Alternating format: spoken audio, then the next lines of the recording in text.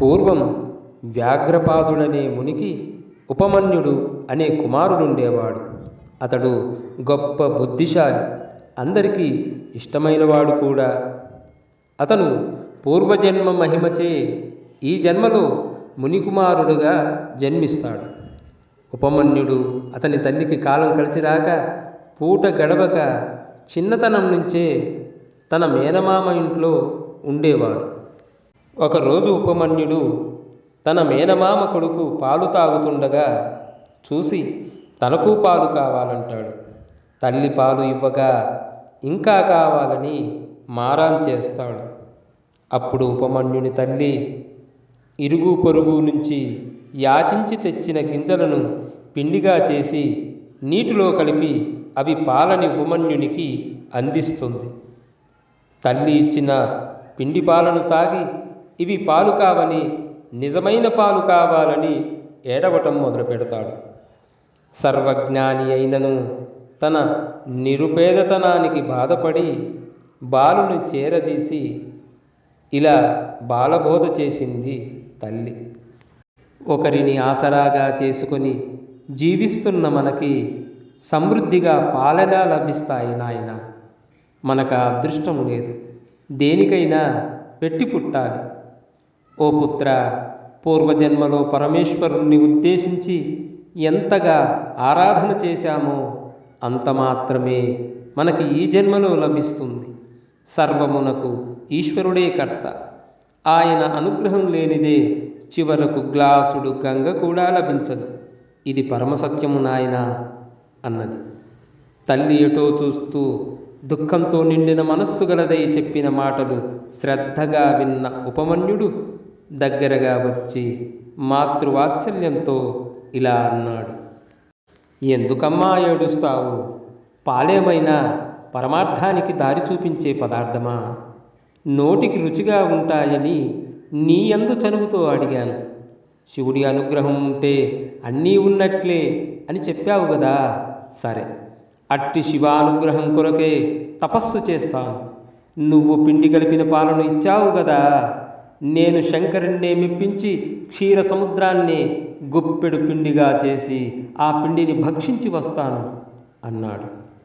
బిడ్డ మాటలకు శరీరం కంపించగా, నాయన నువ్వే నాకు సర్వస్వం తండ్రి అంటూ వారించబోయింది. కృతనిశ్చయంతో తనను ఆశీర్వదించమని కాళ్లపై పడిన బిడ్డని లేవదీస్తూ స్థిరచిత్తంతో ఈశ్వరుణ్ణి స్మరించి పిల్లవాణ్ణి ఆశీర్వదించింది. తల్లి దీవెనతో ఇక ఉపమన్యుడు నడుచుకుంటూ అలా అలా అలా హిమాలయ ప్రాంతానికి చేరుకొని 8 ఇటుకలతో ఒక మందిరాన్ని నిర్మించి అందులో మట్టితో శివలింగాన్ని చేసి భక్తితో ఏకాగ్రమైన మనస్సుతో ఆ లింగమునందు పార్వతీ సమేతుడైన శివుణ్ణి ఆహ్వానించి భక్తితో ఆరాధించాడు. అక్కడి అడవిలో దొరికే కందమూలాలతో నివేదిస్తూ ఆకులు పూలతో చక్కగా ఆరాధించాడు. పంచాక్షరీ మంత్రాన్ని జపిస్తూ పార్వతీ సమేతుడైన శివుణ్ణి ధ్యానిస్తూ చాలా కాలం గొప్ప తపస్సు చేశాడు. అతని తపశ్శక్తికి దేవలోకం కంపించింది. దేవతలంతా బాలుని మనోగతాన్ని ఎరిగిన వారై వారంతా శంకరుణ్ణి సమీపించి శరణు శరణంటూ ఉపమన్యునిపై కరుణ చూపమని వేడుకొన్నారు. బాలుని నిశ్చయాన్ని ఎరిగిన శంభుడు తను ఇంద్రుని రూపాన్ని, పార్వతి శచీదేవి రూపాన్ని ధరించి గణములతో కలిసి పిల్లవాని ఎదురుగా సాక్షాత్కరించి, కుమారా, నీ తపస్సుకు మెచ్చాను. స్వర్గాధిపతి అయిన ఇంద్రుడను నేను. సందేహించక నీ కోర్కెలన్నిటినీ చెప్పు, తీరుస్తాను అన్నాడు. దాంతో ఉపమన్యుడు చేతులు జోడించి, శివుని యందు మాత్రమే భక్తిని కోరుకుంటున్నాను అన్నాడు. అతని భక్తిని పరీక్షించదలిచిన ఇంద్రుని రూపంలో ఉన్న శంకరుడు, మునికుమారా, నేను నీకు తెలియదు. దేవతలందరినీ నేనే రక్షిస్తుంటాను. 3 లోకాలకు ప్రభువుని. ఓ తపస్వి, నువ్వు నాకు భక్తుడవై నిరంతరం నన్ను ఆరాధించు. నీకు సమస్తాన్ని ఇస్తాను. రుద్రుని విడిచిపెట్టు. అతడు దేవతల నుండి బహిష్కరింపబడినవాడు, పిశాచగణాలకు అధిపతి మాత్రమే అన్నాడు. ఆ మాటలు విన్న ఉపమన్యుడు బాధపడ్డాడు. ఈ ఇంద్రుడు తన తపస్సు ధర్మానికి ఆటంకం కలిగించడానికి వచ్చాడు అనుకుని పంచాక్షరి మంత్రాన్ని జపించి అతనితో, దేవాదిదేవుడైన ఈశ్వరుణ్ణి నిందిస్తున్నావా? ఆయనకు చెడు గుణాలను అంటగట్టి చెబుతున్నావే. ఆ స్వామి దేవతలందరికీ ప్రభు, బ్రహ్మ విష్ణులకు తండ్రి, ప్రకృతి కంటే అతీతుడు. అయినా శివుడే నాకు వరం ఇవ్వాలి. శివుడు తప్ప మరే దేవతల నుండి వరం కోరను అని, ఓ ఇంద్ర, పూర్వజన్మలో ఏదో పాపం చేయడం వల్ల నేను శివనింద వినాల్సి వచ్చింది. శివనిందను విన్న వ్యక్తి వెంటనే దేహాన్ని విడిచిపెట్టేయాలి. ఆ ప్రకారం చేస్తే శివలోకాన్ని పొందుతాడు అంటూ కోపంతో, నేను పాల మీదున్న కోరికను పక్కన పెట్టి శివాస్త్రంతో నిన్ను సంహరించి ఈ దేహాన్ని విడిచిపెడుతున్నాను అన్నాడు.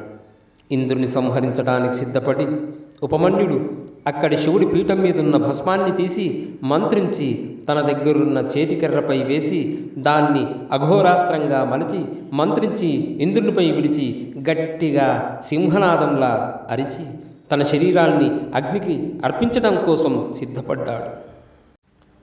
వెంటనే ఇంద్రుని రూపంలో ఉన్న శివుడు తన నిజస్వరూపంలోకి మారి ఆ బాలుణ్ణి అగ్నిలోనికి వెళ్ళడాన్ని ఆపాడు. అలాగే అతను సంధించిన అఘోరాస్త్రాన్ని తన సైగతో దానిని నందీశ్వరుడు మధ్యలోనే పట్టుకొని అవతల పారేసేలా చేశాడు. ఈశ్వరుడు ఉపమన్యునికి పాలు, పెరుగు, భక్ష భోజ్యాలతో నిండిన సముద్రాన్ని చూపించి పార్వతీదేవితో కలిసి నందీశ్వరుణ్ణి ఎక్కి తన దివ్యాస్త్రాలతో గల నిజస్వరూపాన్ని దర్శింపజేశాడు.